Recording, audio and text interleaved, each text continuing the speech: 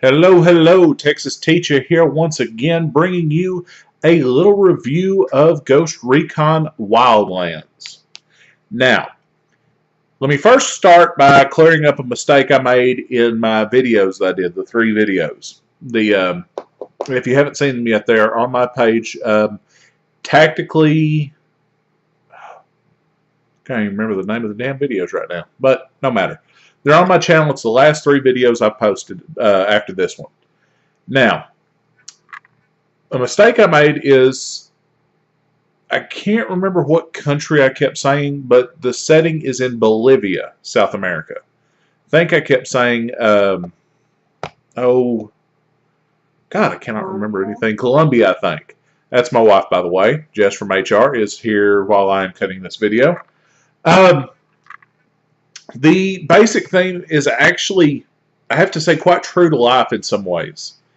It's talking about the South American drug cartels and their links to the corrupt government. And your job is basically you and your team go into the country and try to break up the relationship between them and hopefully take down the cartel.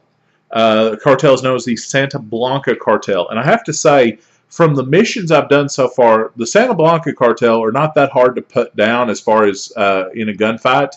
They don't wear a lot of body armor. Their guns are, yeah, they've got fully automatic guns, but they're not that great. The ones you've got to watch out for are the corrupt government officials, because those suckers wear body armor, unfortunately. That was a pain in the ass when I was storming the prison in my last video. Anyway, let's cover a few things about the game. Number 1, the character customization. I freaking love it. The clothes, the details you can pick, all of those things are really cool and a really fun part of it. As I remarked in one of my videos, I kind of made myself look like an IT guy with a polo shirt on and everything. I looked like I was trying to fix somebody's Wi-Fi router instead of trying to put down rebels or put down cartel people. Anyway. As far as gameplay goes, gameplay is very... I'm trying hard to describe this. It's not an FPS. If there's a way to turn it to FPS, let me know, because I would really like that, because I love FPSs. It's third person. It kind of reminded me a lot of Mass Effect as far as the way the game handled and the way you run around. It was a very good third person shooter. I like the guns. The guns are also customizable, so you can kind of outfit it to your personal playing style. Of course, you can pick guns up off of dead enemies. So if somebody's got a sniper rifle, you like it, good on you.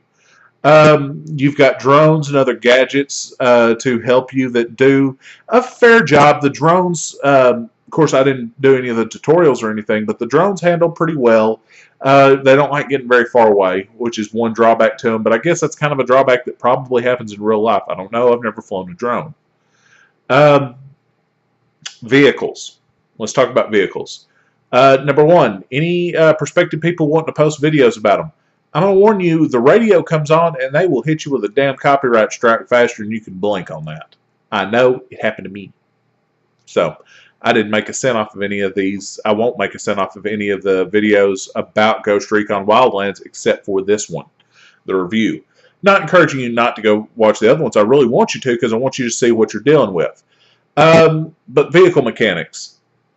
The steering to me kind of feels like Grand Theft Auto 4. It takes some moving.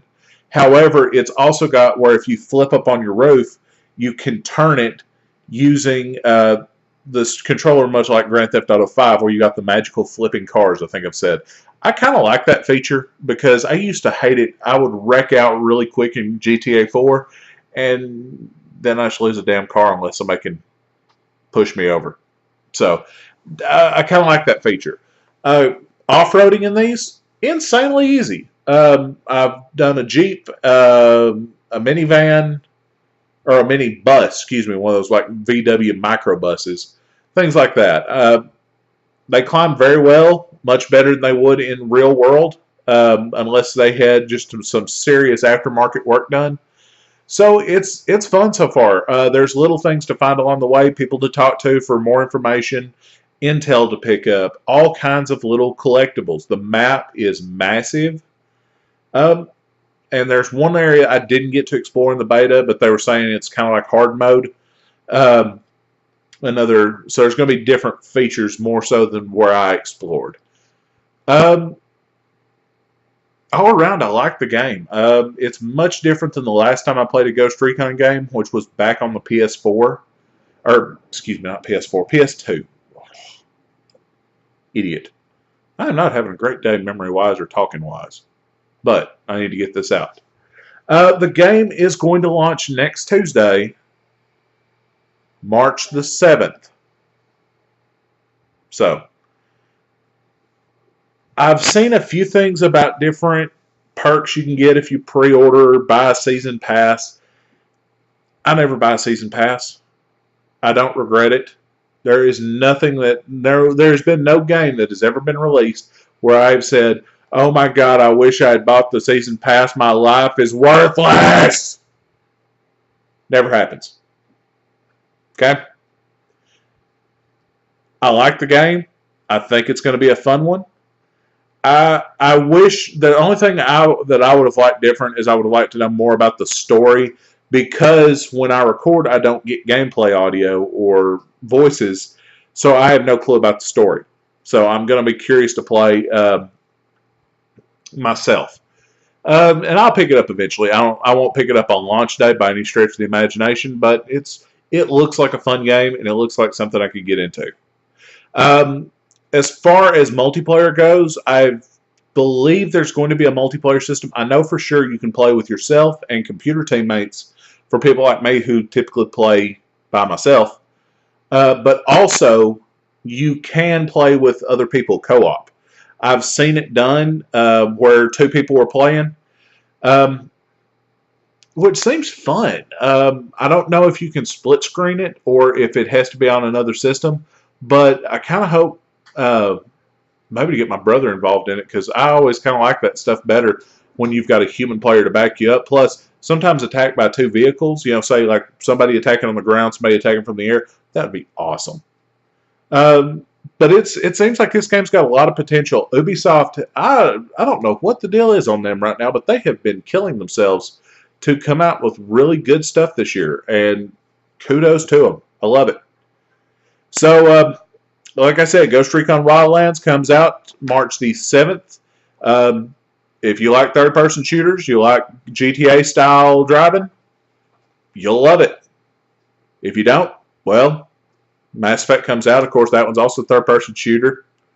So I don't know quite what to do for you. Anyway, this has been the Texas Teacher. I hope y'all have enjoyed. Class is dismissed. Have a great one.